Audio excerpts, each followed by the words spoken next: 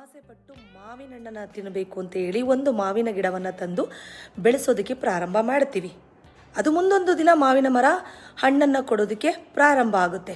ಆದರೆ ಅದರಲ್ಲಿ ಬಿಟ್ಟಂತಹ ಹಣ್ಣುಗಳೆಲ್ಲವೂ ತುಂಬ ಹುಳಿಯಾಗಿ ಹುಳಗಳು ಬಿದ್ದು ಹಣ್ಣಾಗುವ ವೇಳೆಗಾಗಲೇ ಬಿದ್ದೋಗ್ತಾ ಇರುತ್ತವೆ. ಏಕೆಂದರೆ ಹುಳ ತುಂಬ್ಕೊಂಡ್ಬಿಡುತ್ತೆ, ಹಣ್ಣು ಕೊಳ್ತೋಗ್ಬಿಡುತ್ತೆ. ಹಾಗಾಗಿ ಒಂದು ಹಣ್ಣು ಕೂಡ ಉಳಿಯೋದಿಲ್ಲ. ಆ ರೀತಿಯ ಮಾವಿನ ಮರವನ್ನು ನಾವು ಹಾಕ್ಬಿಟ್ಟಿರ್ತೀವಿ, ಗೊತ್ತಾಗಿರೋದಿಲ್ಲ.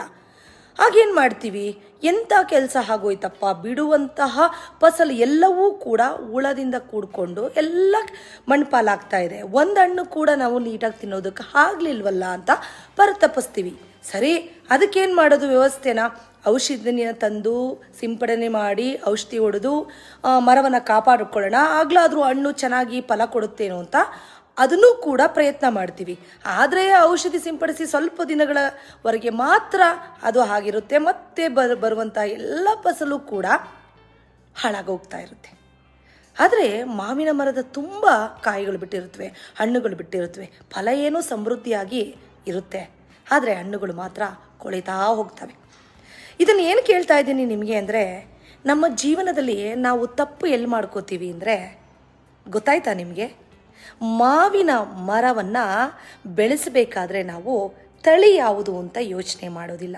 ಅಂದರೆ ಓಟೆಯನ್ನು ಹಾಕಿ ಸಸಿಯನ್ನು ಮಾಡ್ತೀವಲ್ಲ, ಆವಾಗ ಅದು ತುಂಬ ರುಚಿಯಾದ ಹಣ್ಣನ್ನು ಕೊಡುವಂತಹ ಗಿಡವನ್ನು ನಾವು ನೆಟ್ಟಿದ್ದೀವಾ ಇಲ್ವಾ ಅನ್ನೋದು ರಿವ್ಯಾಲ್ಯೂಯೇಷನ್ ನಾವು ಅವತ್ತೇ ಮಾಡ್ಕೊಂಡಿದ್ದಿದ್ರೆ ಇವತ್ತು ಇಂತಹ ಫಲವನ್ನು ನಾವು ತಿಂತಾ ಇರಲಿಲ್ಲ.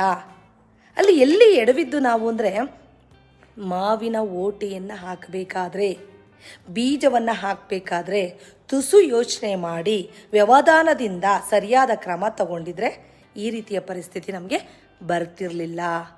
ಇಟ್ ಮೀನ್ಸ್ ದಟ್ ವಾಟ್ ಅಂದರೆ, ಜೀವನದಲ್ಲಿ ನಾವು ಕೂಡ ಎಂತಹ ಸ್ನೇಹವನ್ನು ಮಾಡ್ತೀವಿ, ಯಾರೊಂದಿಗೆ ಸಂಬಂಧವನ್ನು ಇಟ್ಕೊಂಡಿದ್ದೀವಿ, ಯಾರೊಂದಿಗೆ ನಿರಂತರ ಸಂಪರ್ಕದಲ್ಲಿದ್ದೀವಿ, ಆ ವ್ಯಕ್ತಿಗಳು ನಮ್ಮ ಜೀವನದಲ್ಲಿ ತುಂಬ ಇಂಪಾರ್ಟೆಂಟ್ ಆಗ್ತಾರೆ.